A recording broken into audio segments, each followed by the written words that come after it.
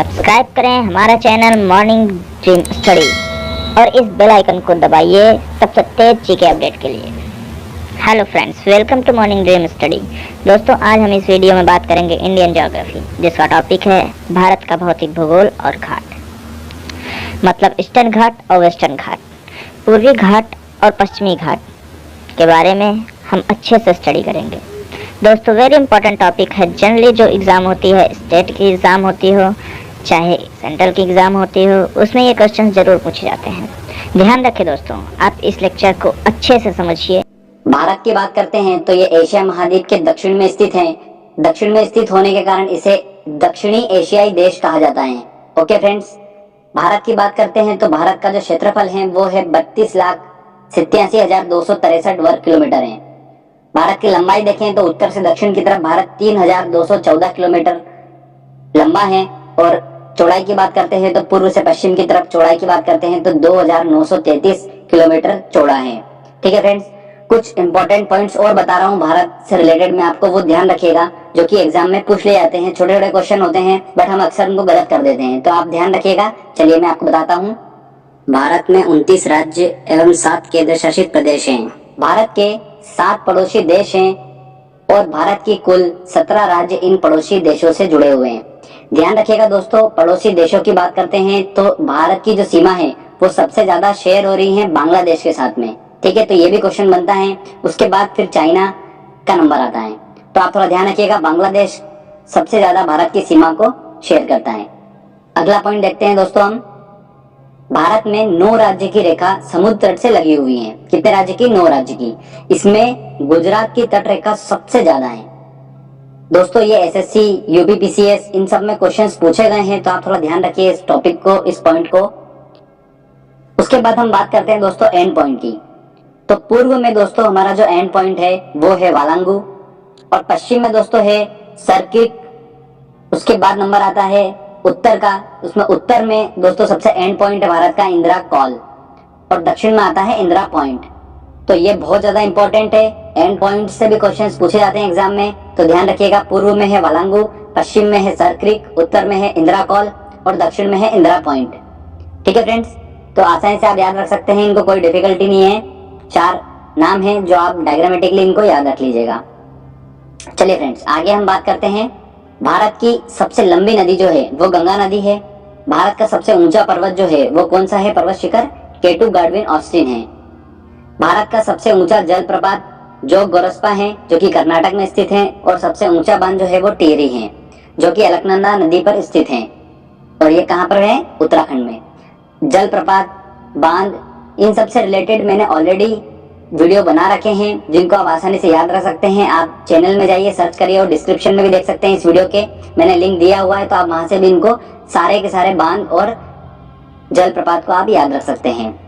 चलिए आगे मैं इंपॉर्टेंट पॉइंट बताता हूँ आपको कि भारत में 2 सक्रिय ज्वालामुखी हैं, जिनका नाम है नारकोंडम और बेरन। ये दोनों ज्वालामुखी भारत में स्थित है, इसके अलावा और कोई ज्वालामुखी स्थित नहीं है। ध्यान रखिएगा, ये भी क्वेश्चन पूछ लेते हैं कि बेरन ज्वालामुखी कहाँ पर है या नारकोंडम कहाँ पर है, तो मैं आपको बता देता हूँ कि दोनों ज्वालामुखी जो है ये अंडमान निकोबार में स्थित हैं। अब ध्यान रखिए, नारकोंडम का ना और कैसे याद रखेंगे? निकोबार का ना। ठीक है, वो भी निकोबार भी न से स्टार्ट हो रहा है और नारकोंडम भी न से स्टार्ट हो रहा है, मतलब नारकोंडम जो है वो कहाँ पर है? निकोबार में है, और बेरन जो है वो बचा हुआ अंडमान में है। इस तरीके से आप उसको याद रख सकते हैं।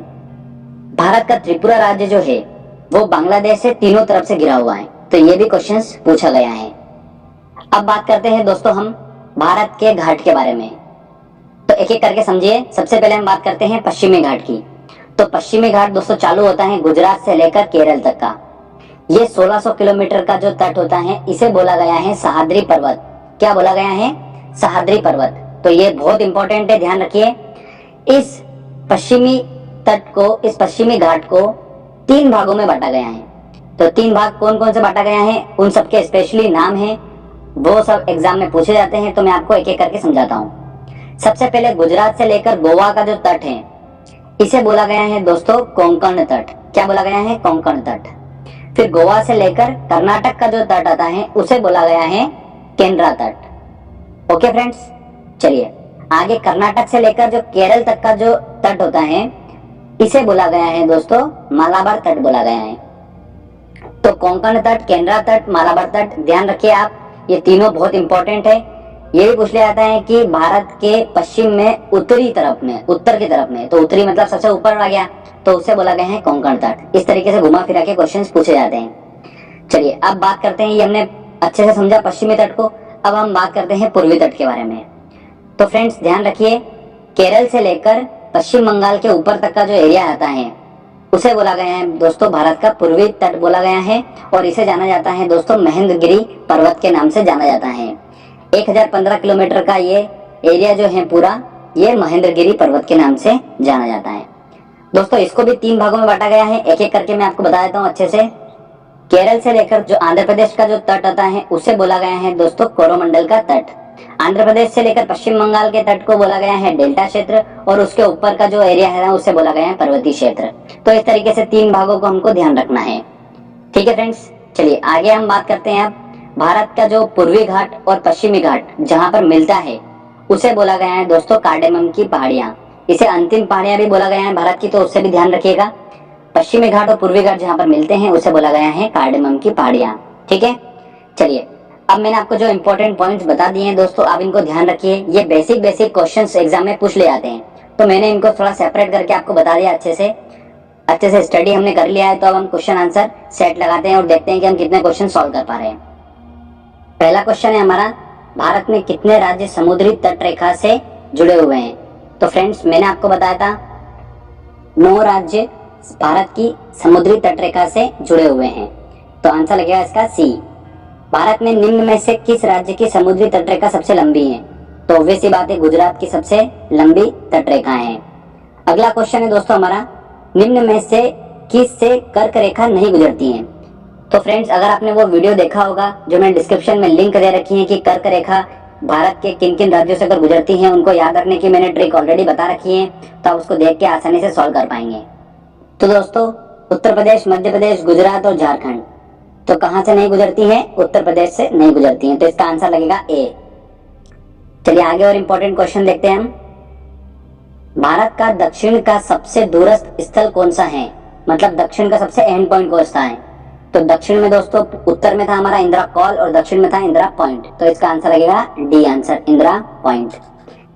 इनमें से कौन भारत के साथ सबसे लंबी स्थलीय सीमा बनाता है? तो मैंने आपको बताया था बांग्लादेश सबसे पहले नंबर पे आता है जो कि सबसे ज्यादा सीमा शेयर करता है, तो आ गया आंसर सी।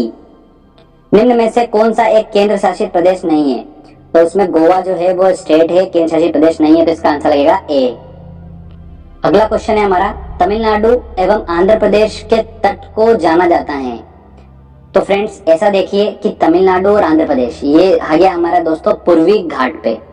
अब पूर्वी घाट पे दोस्तों मैंने आपको बताया था केरल से लेकर आंध्र प्रदेश तक का जो तट था उसे क्या बोला गया है? कोरोमंडल का तट, तो इसका आंसर लगेगा ए आंसर।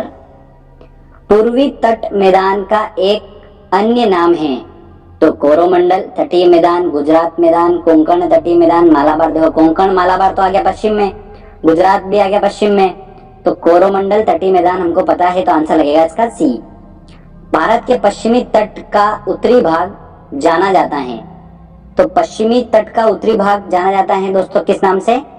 कोंकण तट के नाम से जाना जाता है। पश्चिम में भी उत्तरी भाग बोला है सबसे ऊपर वाला, तो वो आता है दोस्तों हमारा गुजरात से लेकर गोवा तक का, उसे क्या बोला गया है? कोंकण तट बोला गया है, तो इसका आंसर लगेगा ए। चलिए आगे और इंपॉर्टेंट देखते हैं क्वेश्चन। अब भारत का वो स्थान जहां पर पूर्वी घाट और पश्चिमी घाट मिलते हैं कहलाता है, उसे क्या बोला जाता है दोस्तों? कार्डेमम की पहाड़ियां बोला जाता है, तो आंसर लगेगा डी, इसका बी आंसर होगा। इन्हें भारत की अंतिम पहाड़ियां भी बोला जाता है। मैंने आपको बताया था भारत के किस भाग में बैरन ज्वालामुखी स्थित है? देखिए बैरन पूछा है, तो नारकोंडम और बैरन दो ज्वालामुखी भारत में है, तो नारकोंडम निकोबार में है और बैरन अंडमान में है, तो आंसर लगेगा इसका ए। कौन सा राज्य 3 तरफ से बांग्लादेश से घिरा हुआ है? तो त्रिपुरा राज्य जो है वो बांग्लादेश से 3 तरफ से घिरा हुआ है। तो इस तरीके से दोस्तों ये बेसिक था, हमने बेसिक अच्छे से समझा इसको ज्योग्राफी का। आप इसको अच्छे से स्टडी करिए और क्वेश्चन आंसर सेट लगाइए, आप आसानी से सॉल्व कर पाएंगे। इसके बाद जो लेक्चर आएगा दोस्तों हमारा वो आएगा भारत की पर्वत के बारे में आएगा और भारत के पठारों के बारे में आएगा। तो स्टेप बाय स्टेप हम इसको अच्छे से कंप्लीट करते जाएंगे और क्वेश्चन आंसर सेट लगाते जाएंगे, जिससे कि आने वाली एग्जाम में हम आसानी से क्वेश्चन सॉल्व कर पाएंगे।